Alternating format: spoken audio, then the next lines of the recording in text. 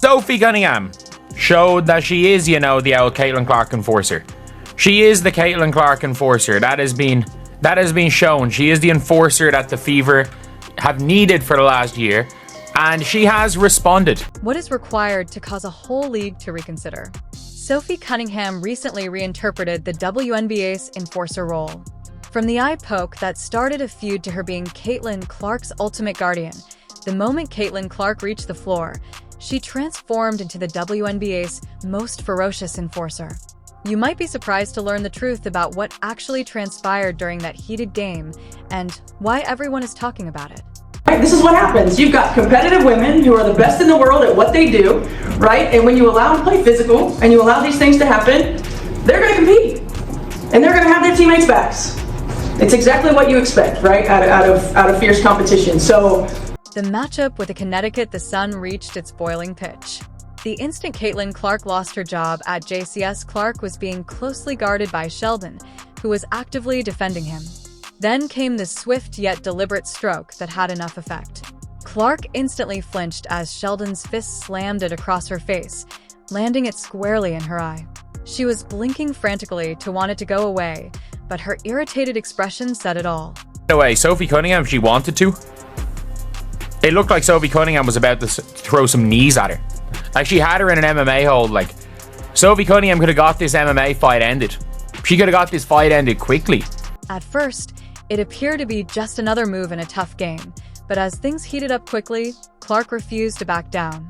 The players, the audience, and Sophie Cunningham all noticed, gave Sheldon a slight, instinctive prod to make room, which allowed Marina McBraw to enter.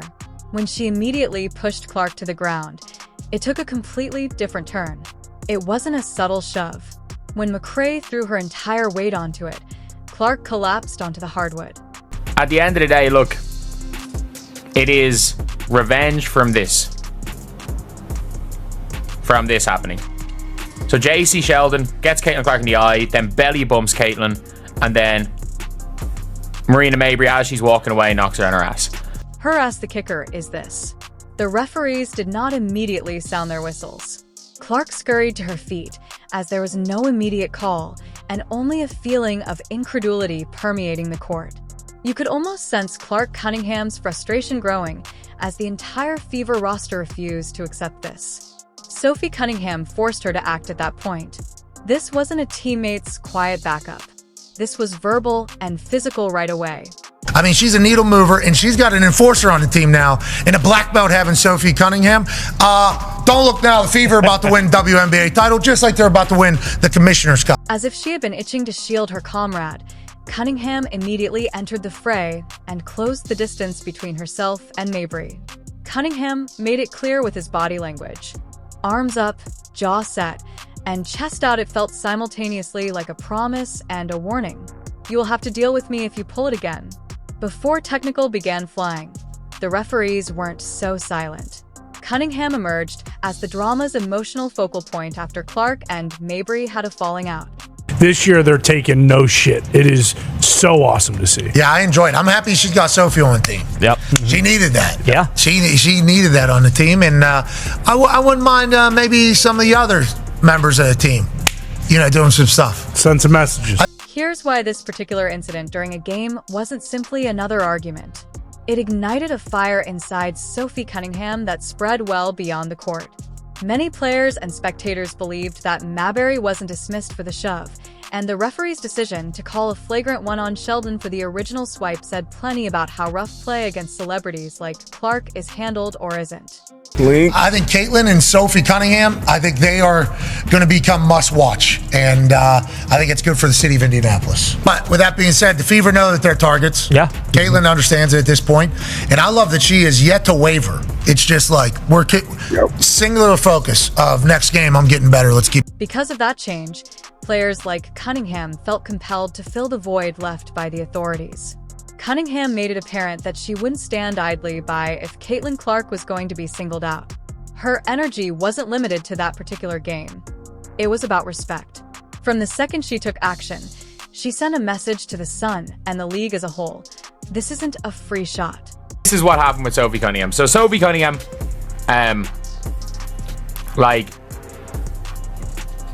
She went and got revenge. Sophie Cunningham, JC Sheldon's driving to the basket. Sophie Cunningham takes her down. Normal enough take foul. Lindsay Allen gets her by the neck. According to one researcher, touch Clark and you touch death. Indeed, those statements may sound dramatic, but they precisely convey the attitude. Cunningham wanted instant accountability and made sure that everyone on the court felt it. She wasn't interested in this becoming a post-game conversation. Keep in mind that this goes beyond only keeping Clark safe.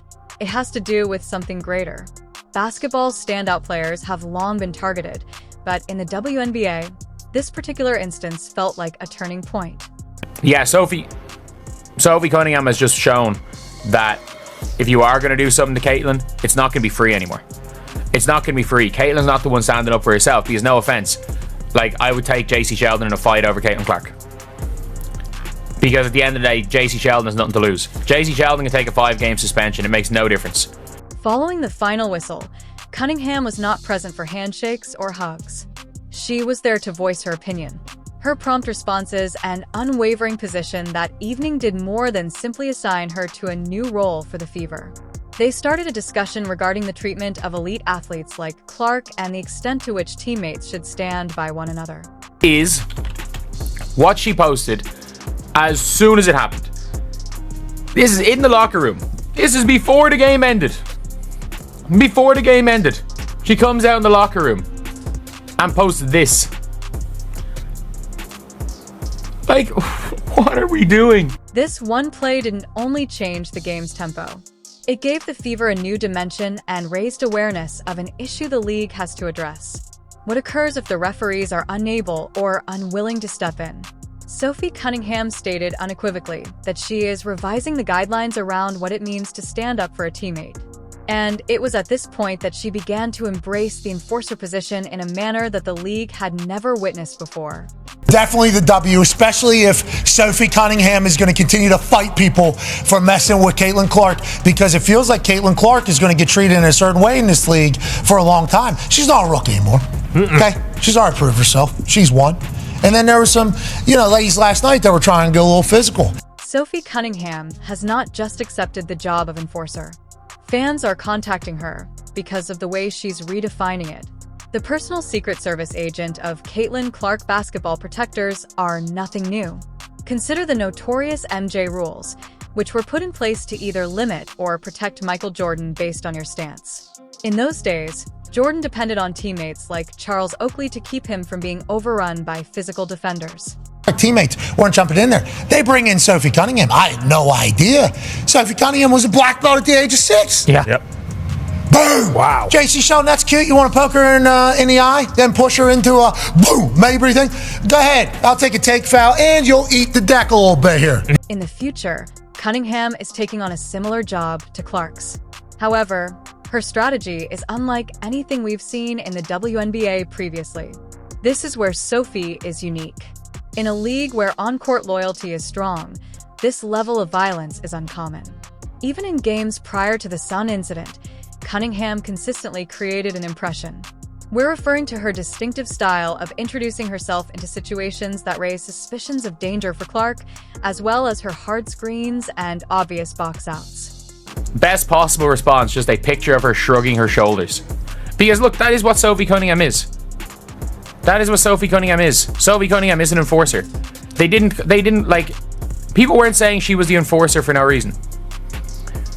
People weren't saying that. Like, the enforcer's job is to make sure that nobody messes with her. When she notices even the slightest indication of rough play against her teammate, she doesn't hesitate. Furthermore, her body language speaks for itself. Squared shoulders and head up, prepare to stop anything that even appears to be an unwarranted foul. Other teams are also taking notice. There is a change in how opponents approach games against the Fever, particularly with regard to Caitlin Clark.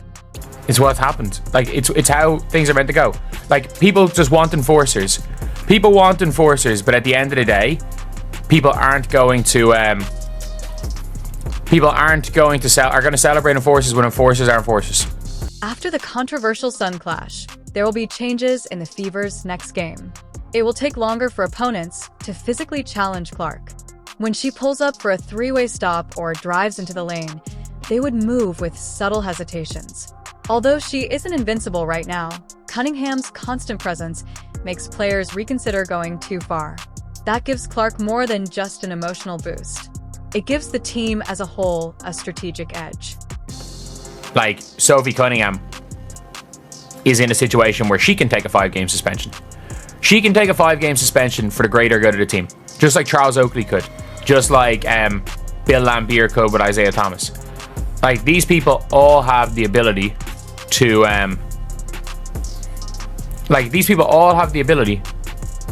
be enforcers. Job is closely related to the Fever's overall plan and goes beyond Cunningham simply throwing her weight around. Sophie's dedication to this role gives the team's playbook an extra layer of protection. One that guarantees their best player can concentrate on her game without having to watch her back all the time. And that degree of devotion has been a clear advantage for Clark. Her confidence on the floor is clearly being impacted. Caitlin Clark again.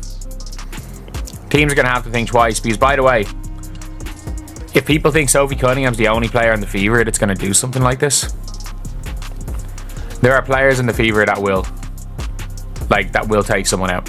Someone is more willing to take chances and test the limits of their abilities when they know that their partner has their back in every manner. The bond between Cunningham and Clark is becoming a defining characteristic of the Fever's identity, and this loyalty extends beyond their on-court play. Even though not everyone likes Cunningham's physical style, there is no denying the closeness it creates throughout the team.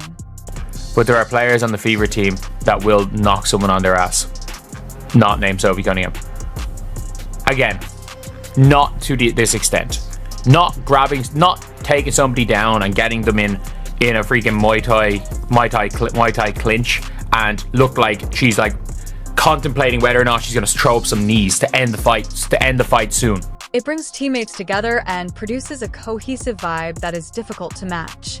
That is an uncommon combination in any sport, and it is making Cunningham not just a remarkable player, but also a major figure in the current perception of the Fever. She has nearly effortlessly garnered attention throughout the league by striking a balance between being the best protector and a fierce competitor. And it's funny that she got celebrated for doing all this. She got celebrated for all this in Phoenix, by the way. She got celebrated for this type of things because, she's Diana Taurasi's protege. Cunningham is doing more than just setting limits for Clark. She is establishing a model for what loyalty in the WNBA may entail, and her actions may be triggering a much more significant change as league-wide discussions about roughness and star player safety intensify. As soon as she joins the Indiana Fever, she got suplexed in her first game, and the same people celebrating her being suplexed are calling for her to be kicked out of the league. Since Caitlin Clark struck the court during the game against the Connecticut Sun, people have been wondering if the WNBA handled this incident appropriately. For some, the response is clear-cut. No, the league has come under fire for allegedly not doing enough to safeguard its most well-known players. And at the heart of it all is Clark. It's basketball, and this is the referee's fault at the end of the day. It is the referee's fault. Because this does not happen if the referee just stops this early. If the referee chucks Marina Mabry when that happens. If the referee chucks JC Sheldon when she clawed Caitlin Clark in the face. None of this happens. Fans and commentators were left wondering why officials hadn't intervened sooner after the eye poke and subsequent shove during the same episode. One source provided a direct summary. Referees must perform their duties when it crosses the line. Many people believe that boundary was crossed, and Clark didn't receive the celebrity treatment that someone of her caliber might have deserved. And if the WNBA referees are as trigger happy teeing up Caitlin, it is now going to be a thing. We can rough her up, we can get in her head, we can shove her, and the refs aren't going to call it. And then when she retaliates, it's going to be a tag. This goes beyond a single game. It's a part of a larger trend where excessive physical contact with exceptional talent appears to go unnoticed. Although Clark is not the only athlete to encounter an excessively aggressive defense without frequent calls, her most recent experience has highlighted this problem. A larger discussion concerning the league's officiating standards has been stoked by the referee's slow response. They need to do their jobs, blow the whistle, and officiate properly. Hand out flagrants, kick people out of games, nip it in the bud. But continuously, over and over again now, we see Caitlin Clark on the receiving end of something, and it's not called correctly. The WNBA's acceptance of such aggression, especially when it verges on being harmful, in contrast to other basketball leagues, has sparked concerns. Players like Clark are more than just celebrities. As fans have noted, they are crucial to expanding the game and drawing in new players. However, according to one pundit, she is not being considered as the league's most important player in the most literal sense. This is a constant problem now. You know, it is something that since the beginning, I've kind of backed off on, because physical play is a part of sports. You know, going after a superstar and trying to rough them up a little bit to get in their head is a part of sports. But when it crosses the line, the referees need to do their jobs. This is where things become even more intriguing. Reactions to Sophie Cunningham's choice to assume the enforcer role have been just as intense. On the one hand, her admirers hail her as a hero for her devotion to Clark and her will to keep things going. On the other hand, detractors contend that Cunningham's physicality is excessive and poses more risks than it does benefits. They claim that her efforts could result in additional penalties for technical fouls or even possible retaliation from players who are annoyed by her approach. In fact, she gets a technical foul after getting poked in the eye and then shoved to the floor, and Marina Mabrey doesn't even get thrown out of the game. It's basically open season on Caitlin Clark, and the special whistle that she supposedly gets goes in the other direction, flagrantly so. For the benefit of the team, one commentator even suggested that she might be suspended for up to 5 games.